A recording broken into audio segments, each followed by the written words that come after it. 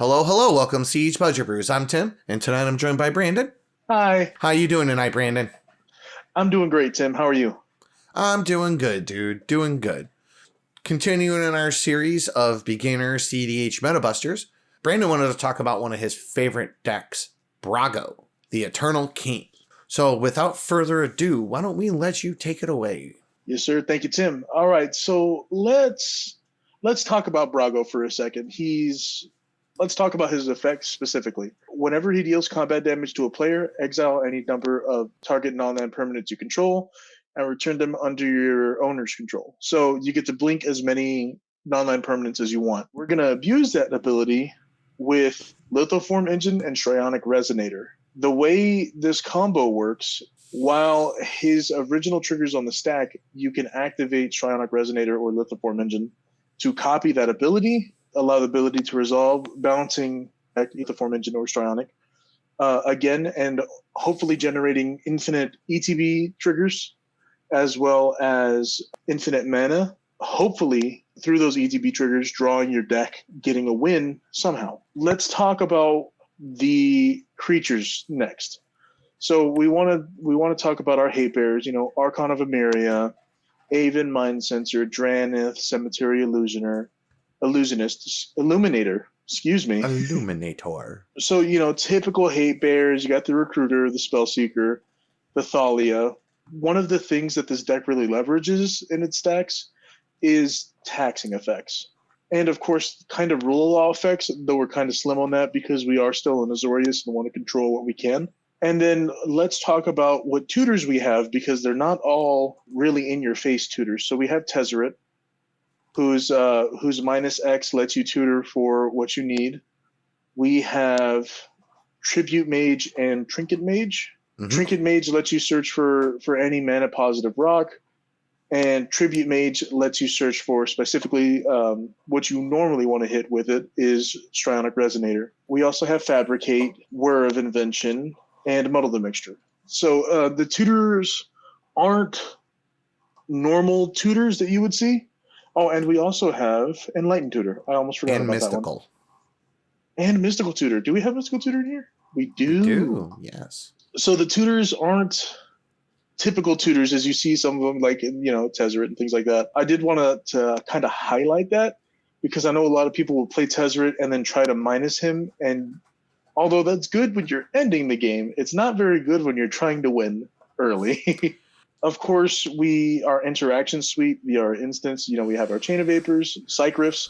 Psych Rift is kind of huge because while you're getting your value through the infinite loop, you can Psych Rift your opponents to kind of try to finish up the game faster if you can't win through that combo immediately.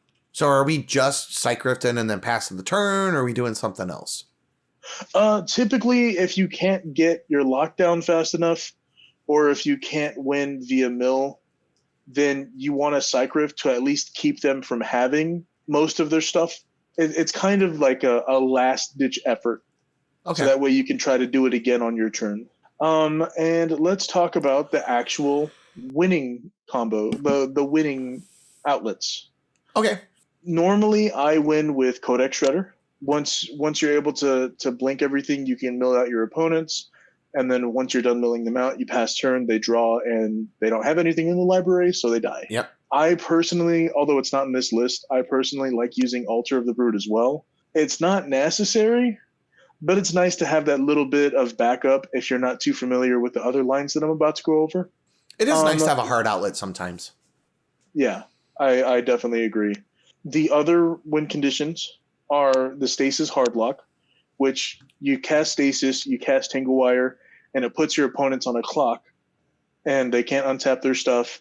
And eventually with Tangle Wire, because you keep blinking it, they keep having to tap 4 of their own permanents every turn. Mm-hmm. So eventually they'll just run out and they can't interact in any way. It's slow. It's definitely not ideal, but it could potentially win you games, which is why it's in here. Well, and it's a good soft lock to help you gain tempo versus your opponents because you're untapping all your stuff, they're not. One of the things with Tangle Wire is you will always break parity on it because you can either you can tap the Tangle Wire itself as one of the permanents. 2, you remove one of the fading counters and then tap all the permanents that you need to tap, thus further reducing the amount of permanents you're tapping versus your opponents. And then if you're constantly resetting it with Brago, they're always tapping 4, and then obviously your stasis is locking them out like you were saying, and then you are only at most tapping 2 non-Tangle Wire permanents on your turn because you remove the fading counter first, then you tap Tangle Wire as one of the artifacts that gets tapped, and then you tap 2 other artifact lands or creatures.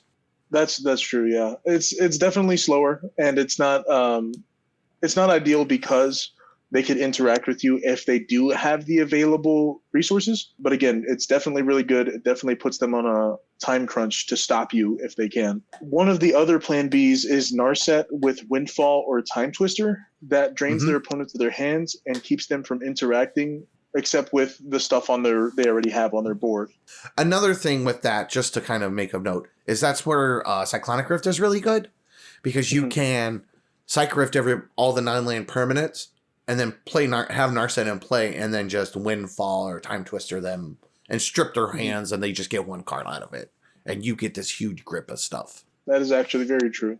Another kind of, not a secret tech, but this is what you kind of want to do, is you want to abuse your detention spheres and reality acids to destroy all of your opponent's stuff on their side of the field to, again, keep them from interacting. It slows them down considerably. And it's a feels good if you're a stax player.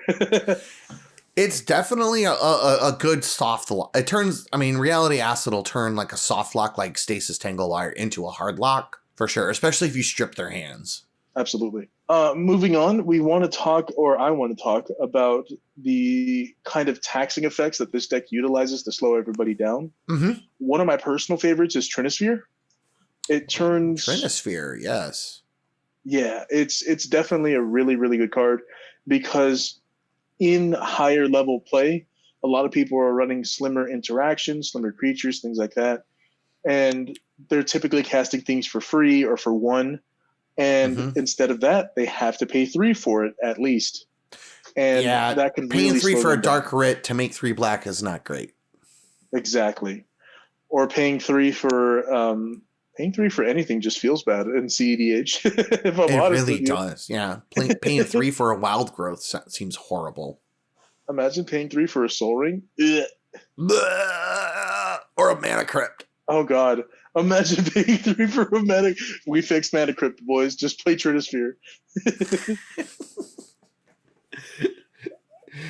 Other taxing effects are such as Thalia and of course Thorn of the Amethyst, things like that. We want to slow them down as much as possible so that way we get the advantage. One of this deck excels at is being a relatively faster stack. We utilize effects that we can play over because typically we're paying a lot of mana for things anyways, and Brago makes it easier for us to do that. So it doesn't affect us as much because essentially, our Mana Crypt is a 0-drop for 4, or our Mox Opal, Mox Opal is a 0-drop for 2 mana and things like that. So leveraging Brago's ability to ramp is definitely one of the stronger points of the deck. One of the weaker points of the deck is Brago himself. Why is that? Because if somebody removes your Brago over and over, you're kind of screwed. The deck is super reliant on him, which could be a negative piece. Some people don't like having a commander reliant deck. But if he keeps getting removed, or if they use something like their own Brago to keep tapping your Brago with Lavinia, well, it's a bad time. That's why our interaction suite, Dispels, Guardianships, Force of Wills, is mainly used to protect him. I was going to say, because for me, playing against Brago, the 2 biggest issues I have had against the deck is I've seen it dirtle around if Brago gets hit a bunch. If you remove it 3 times, They're kind of SOL, because not only is the deck lose a lot of its velocity, it also kind of, the pieces without him and being able to be recurred just aren't as strong as they would be on their own. So the card quality is a little bit lower. But with that said, a lot of the pieces in the deck that cost money really get played in a lot of places. If you look at this artifact suite, I mean, Strainarch Resonator is like $5. Lit the Aforementioned is like $8. Trinisphere is $15, but that gets played in like Godo. It gets played in a lot of Stax decks. Thorn gets played again in a lot of these Rule of Law decks.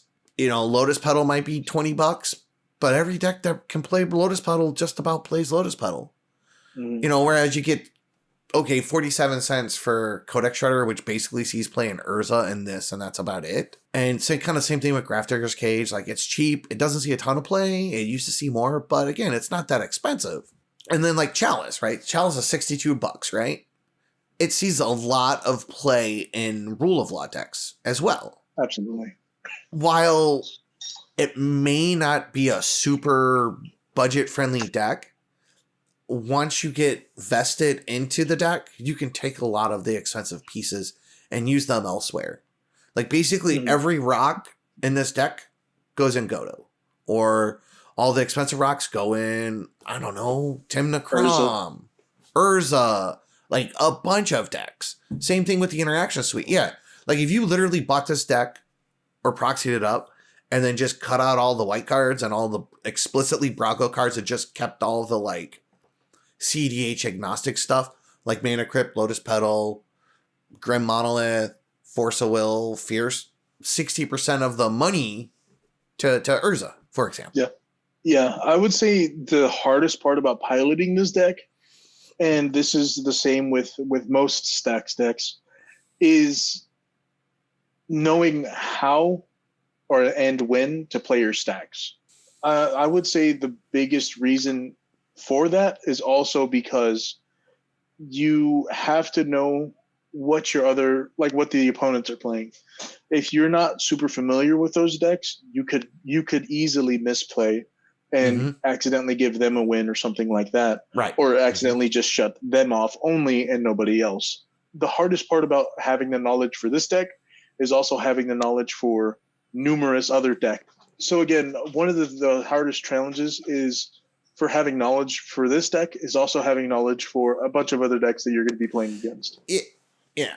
Well, this also does this is something I feel like I should have touched base on a little bit more.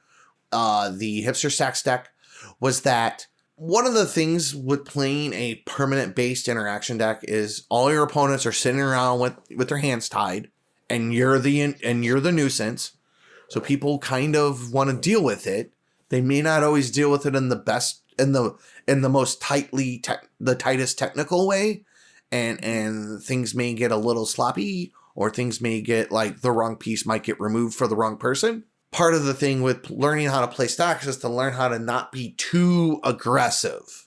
Like, don't just jam, just don't RNG all your stacks. Like, if you draw it, play it. Like, think about, you don't want to be too much of an annoying, like, you want to lock your opponents out, but you also don't want to like lock them out so much that they're just going to dogpile you. Because then that kind of defeats the point of playing all this permanent based interaction, because now you're just 3v1ing people and you won't win. So you have to have a little finesse, a little nuance, kind of like a pickpocket or a safecracker, you know? That's true. That is true. Like, I'm not saying you're not taking their wallet. You're just, a little lighter on the touch. You got light fingers, as they say. Right, yeah, you don't hit them over the back of the head with a mallet and then expect nobody to like do anything about it, right? I mean, that's all I've got for Brago. Do you have anything else you'd like to touch on, Tim? I think that pretty much covers it. Perfect. Well, thank you all for joining us. We do have a Discord and Patreon if you would like help or to support us, and those links are going to be in the description. If you have anything else that you would like to see from us, and going over deck lists or individual cards, let us know in the comments. This has been Brandon, and I hope you all have a great day. Bye. Have a good night. Bye.